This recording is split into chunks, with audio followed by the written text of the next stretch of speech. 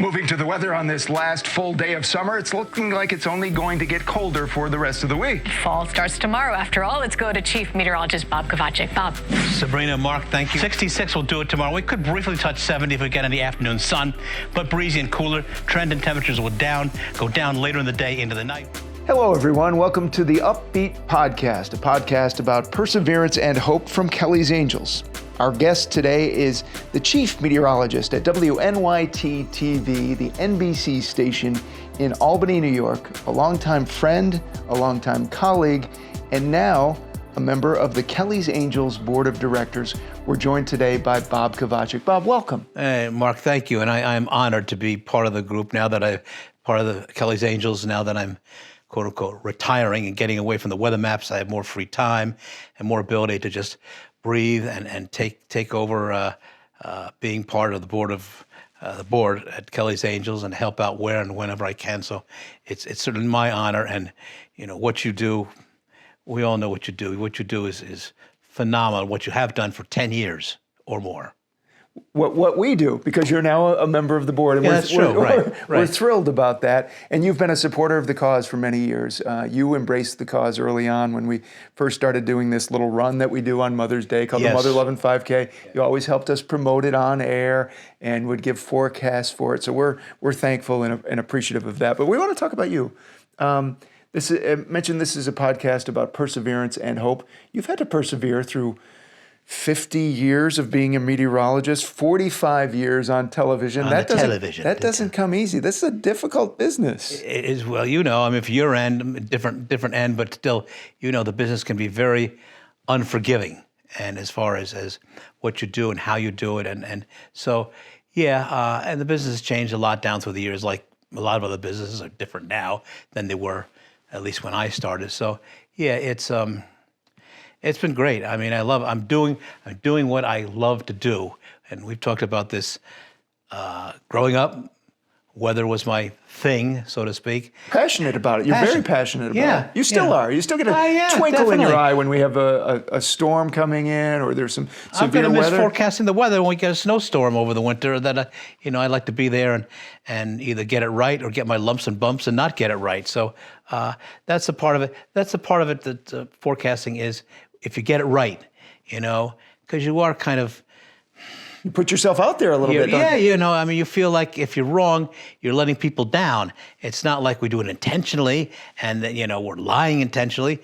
We take our best guess. And, you know, sometimes it goes down the tubes and is done, finished, out of here.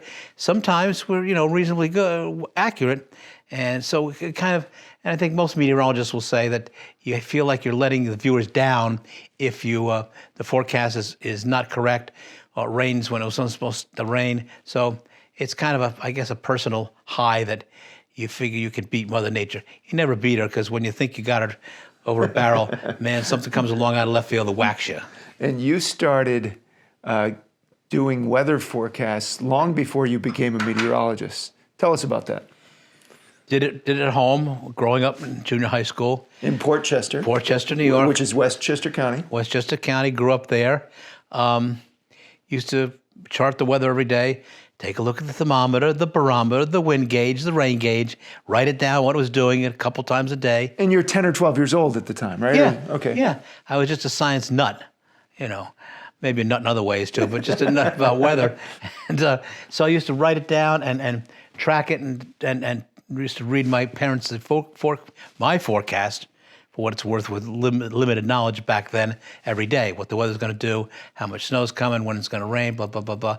Just from stuff that this is long before the internet, of course. This is in the 60s. So it was... So you would sit your parents down on the couch and say, I've come up, I've taken all the measurements, I've looked at the sky, and this is my forecast, much the way you have done in people's homes for 50 years, 45 years. Yeah. Of course, there's things a lot different now. The technology is coming out of your ears. You got so much technology to look at that it's almost overwhelming. There's so much stuff to look at. Your head can spin, and you can spend a lot of time looking at this and that. Blah, blah. So at some point, you have to draw a line and say, I'm going to use this information, these forecast models, and make my forecast based on what I see based on them. Because you could use these forecast models to forecast the weather all the time, okay? And you could spend so much time using that information. Somehow, at some point, you got to draw the line and say, all right, well, this model says this model says that. You draw the line and say, all right, this is what I'm going to go with. Kind of instinct. It's something that you and just based learn. on experience, though, too. Absolutely. Right? You need to know the topography. We don't need to get too science-y here, Right. but that comes with experience. If someone comes in and it is not familiar with the topography in particular and the climate tendencies, it can be pretty difficult for them, right? Topography in our area is very important. Mountains, lakes, rivers, valleys, all comes into play that the weather in one spot, 10 miles away in a different topographical area, could have a totally different weather pattern. So Aunt Martha in location A says, well, gosh darn it, he was right. And then Uncle Harry in location B will say, those guys, I said it rained, how come it's rained? So you can be right or wrong some days. As you know, when you guys drive around, the weather can vary from place to place, from time to time, within the same day.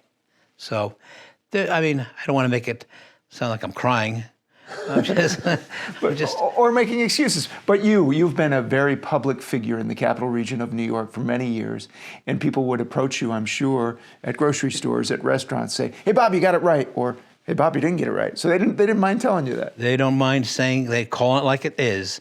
And, especially some of the senior citizens will not mince words when something didn't happen that was supposed to, which is fine. I mean, that's the nature of the beast, and I don't really care as long as they're not really harsh about it or threaten you or something. But as long as they're honest, they could say whatever they want, basically. We're talking with WNYT meteorologist Bob Kovachick, the chief meteorologist who has been at the station, the NBC station in Albany for about 35 years, been on the air as a meteorologist for about 45 years, has been a trained meteorologist who graduated from Lyndon State College in Vermont with a meteorology degree. So he's been a meteorologist for about 50 years.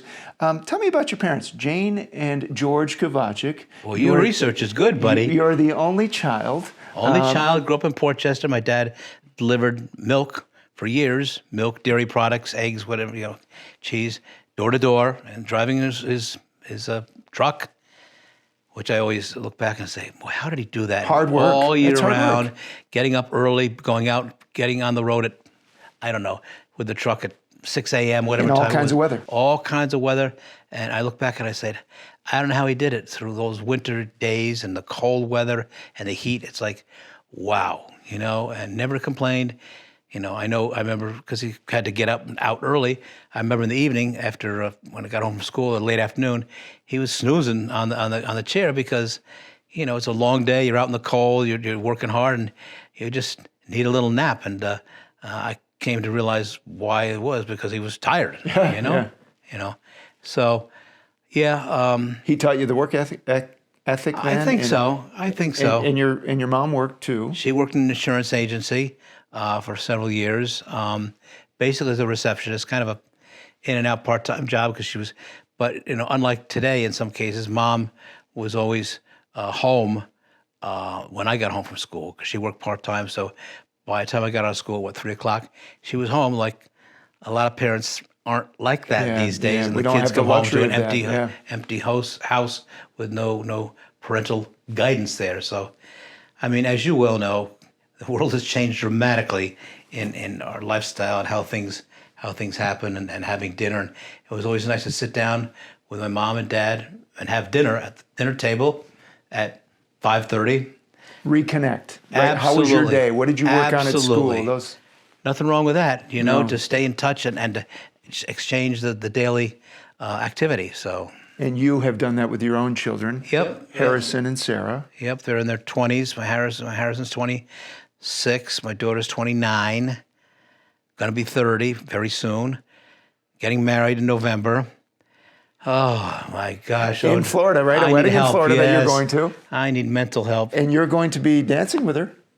Well, I'm going to try with a bad knee, but I'll do the best I can. And the way I dance, she may not want to be dance with Dad for sure.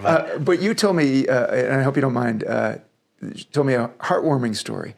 So your parents, because this is long before the internet. So you're on TV. You get your first television job in Albany, working at WTEN, and you're working there. And your parents had no way to see you. There was no internet, but Not they're very down in proud. Portchester. It was out of the signal range. So they drive up from Westchester County, looking On a for a place Friday. to stay, Yes. and they would spend the entire weekend just so they could watch you on TV. Yes. In a hotel. They would find a Holiday Inn or Holiday something. Inn in Kingston, I remember it well, and they drive up to there, and they come up early enough on a Friday, see me in the evening shows and whatever, and then they go back on Saturday after that. It's like just in so many ways we could always point to how the world was different, how our lives were different back then as opposed to now, and it was always made me feel good that I would know that mom and dad are watching tonight. Yeah. You know? And they must have been proud. Did they express that to you? Oh, yeah. I mean, that was a different time where, we all tend to tell our kids these days how proud we are of them, how much we love them, Sure. those sorts of things. But that was a different time. Growing up in the Absolutely. 50s, parents didn't say those things. Did they ever express it to you, Bob? I don't mean to get too personal. No. I mean, they did. I mean, my dad was a pretty quiet guy. Yeah. But I mean, I know he was proud, and my mom too. It just, they just weren't overly expressive, I guess you could say. Yes, They didn't come right. around- That generation was not. No, and it just, I mean, we sound like an old codger here, growing up in that era of the way the world. Here's the way the world was. I mean, I tell it to my kids now, and they kind of just smirk and say, But they think it was 1,000 years ago. "Oh yeah." When you used to get up off the couch and turn the dial on the TV to turn it off and on, and things that you don't need to do now. I mean, we're so locked into technology that there's things that we have at our access that are so different now. We're going to take a quick break to thank our underwriters and sponsors now, Bob. But when we come back, I want to talk about kids a little bit more. Not just your kids, Yeah. but kids have always had a soft spot. You've always had a soft spot in your Yes. heart for kids. So we're going to talk Yes. a little bit more about that. This is the Upbeat podcast about perseverance and hope from Kelly's Angels. And we're talking to WNYT Chief Meteorologist Bob Kovachick, who is retiring after 34 plus years at the station and 45 plus years on the air. Stay with us. Support for Kelly's Angels and the Upbeat podcast comes from Healthy Living Market and Cafe, an independent retailer of local, organic, and natural foods with stores in Saratoga Springs, New York, and South Burlington and Williston, Vermont. Healthy Living is proud to provide the finest and cleanest food at the fairest prices possible while supporting local farmers, producers in the community. Learn more at healthylivingmarket.com. The Old Bryan Inn, an iconic eatery in Saratoga Springs, New York that dates back to 1773. Enjoy delicious food, the warmth of its historic dining rooms, and friendly smiles and conversation. Reserve a table at oldbryanin.com. And Longfellow's Hotel and Restaurant, a superb restaurant, sophisticated meeting and events location, and a destination for romantic getaways. At Longfellow's, you arrive as a guest and leave as a friend. Learn more at longfellows.com. If you're interested in promoting your business and supporting Kelly's Angels as an underwriter of this podcast, email us at kellysangelsinc.org. Now back to my dad's interview with the Capital Region's favorite meteorologist, Bob Kovachick. And welcome back to The Upbeat, a podcast about perseverance and hope from Kelly's Angels. We're talking with Bob Kovachick, one of the newest members of the board of Kelly's Angels. And Bob wanted to join the board. We had a conversation about a year ago, I think, the first time, and he expressed some interest in joining the board. And I immediately embraced it and brought it back to our board because I know how you are such a softie for kids. We are an organization which helps kids, and you have a real soft spot in your heart for kids. Definitely. You did a segment on WNYT for several years called 13 Kids Who Care. Wow, you've done your research, my friend. spotlighting some of the amazing children in the Capital Region of New York. And I know you did. You had a soft spot for a lot of those children. And I used to, long time ago, fairly long ago, was a member of Big Brothers Big Sisters, So I've always kind of had that feeling, that connection with the younger folks. Yeah. And there were some of those segments that you did, in particular, the 13 Kids Who Care. I remember seeing you get emotionally attached to some of those young people too. One I recall passed away. Her name was Kelsey. That's right. And I remember you being particularly moved by Yes. You see something like that with a young person, passing away, and it really makes you think that, wow, how precious life is, and how it can be very unfair. It happens, but it's pretty sad. Yeah. Yeah, and that's what this organization, Kelly's Angels, does. It tries to bring some smiles to those folks who have been affected by cancer or other illnesses. And Kelly's Angels is, you need a pat on the back too, buddy boy. I don't know about that, but we have a great board, as you're seeing now. Well, you need, what you're putting together. What you do is you need good people around you to help out, because it's not a one-person job. But far from it. Far from it, as you found. It's a group of people that are involved and can be involved and help out and do good things. So that's what you have, and that's great. One of the things that has been fun to talk about through the years is those people who aren't seeing this now because it's an audio podcast. Bob has a mustache. It's his signature. Many years you've had a mustache. Oh my God. But there have been times where you've shaved it and you haven't, you didn't consult with management at the station. So that created a bit of controversy because, again, for those people not in the area, Bob's picture would be plastered on billboards and on the side of buses and at the arenas around the area. And sometimes if he would show up without a mustache, people would be like, wait, that's not Bob. Bob's got a mustache. All the pictures and the billboards and things have mustaches. So you have shaved it a few times. You've thrown people for a loop. I've also thrown management for a loop too, Yes. because they've got the pictures of you from promotion with a mustache, and then 3 days later it's gone. It's like, oh, where's the mustache? You know what? I shaved it off. Too bad. I mean, I hate to be that blunt, but it's like, people change their hair, their coloring, or whatever, and it's like, what's the difference? They sometimes, not to get into the TV thing, but they get pretty anal about things. Pretty particular. Yes, pretty particular. Definitely. So one time in particular, back when Kelly was sick, the namesake of this organization, she was ill, and doctors had prescribed a very new medicine, a new chemotherapy that was very, very expensive, something we couldn't afford, and insurance wouldn't pay for it. It was $10,000 a treatment. So our friends organized this fundraiser, which was called Kelly's Cause, which you and many of the people from WNYT came to.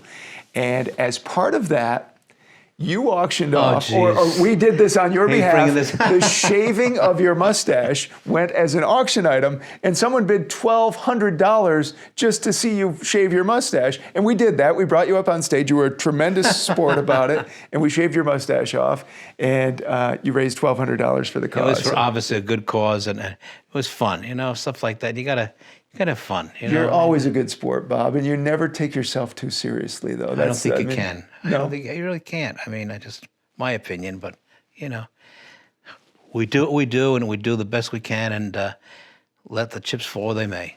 Have you had to? We often talk about perseverance. Do you feel you've had to persevere much in this business? Have there? Not necessarily business related, but it could be, or personal wise. You lost your dad, then you lost your mom. Right. Those things are difficult to deal with. Absolutely. Especially since you didn't have siblings, right? Yeah, I mean, it was tough. I mean, I was married at that point and had to bring our kids up very young. So I mean, it's hard to describe. Life goes on, and you move forward and you keep moving forward and go on. It's a cycle of life, I guess you could say. But it's not easy. Oh no. And you always carry those people you lose with you. Of course, absolutely. I'm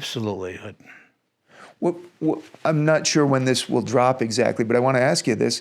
What will you be thinking? What's going to be going through your mind on Monday, October 3rd, when you will say goodbye to the... Oh, that's going to be very tough. That'll be emotional. I've become a very emotional person about hearing things about my kids and just emotional. So, as I said the other day, maybe it's October 3rd of 2024. Maybe it's not this year. No, it's going to be very emotional, and just think of all, we all have our lives and our memories of growing up and what we've done for our livelihood and our family. So it'll be emotional. I mean, a lot of people come through the doors at Channel 13, as you know. Some are still there, some are not there. So there's been a lot of good people who've been there who've gone on to do other things or are no longer with us, but that's, again, the fact of life, cycle of life. So It is what it is. But it's going to be tough, and... are you feeling grateful at all? Are you feeling grateful for the career you've had? Oh, absolutely.